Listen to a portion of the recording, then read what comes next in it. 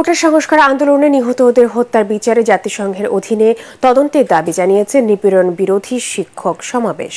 ঢাকা বিশ্ববিদ্যালয়ের সমাবেশে হয়রানির অভিযোগও করেন শিক্ষকরা। ভিসির পদত্যাগ ও পরীক্ষা না নেয়ার আহ্বান জানান তারা। তরিক ইসলামের রিপোর্ট। সকালে বৃষ্টির মাঝেই ঢাকা বিশ্ববিদ্যালয়ে অপরাজেয় বাংলার সামনে নিপীড়ন বিরোধী শিক্ষক সমাবেশে অংশ নেন ঢাকা বিশ্ববিদ্যালয় সহ বিভিন্ন বিশ্ববিদ্যালয় থেকে আসা শিক্ষক ও শিক্ষার্থীরা। এবং আমি বলবো যে আমাদের এ সময় শিক্ষার্থীদের আন্দোলন নিয়ে সরকারের চলমান কার্যক্রমের প্রতিবাদ জানান শিক্ষকরা, দাবি জানান নিরপেক্ষ তদন্তের। কেন সাইদের বুকে স্পষ্টভাবে গুলি করে মারা হলো, অথচ পুলিশের বিরুদ্ধে কখনো কোনো কিছু অভিযোগে এখনো পর্যন্ত আসেনি?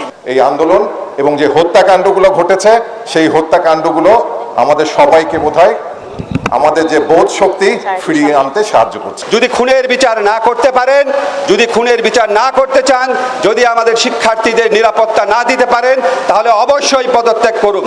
বাড়ি বাড়ি গিয়ে যেভাবে ছেলেদেরকে ধরা হচ্ছে, রাস্তা থেকে মোবাইল চেক করে বাচ্চাদেরকে ধরা হচ্ছে, এগুলো বন্ধ করতে হবে।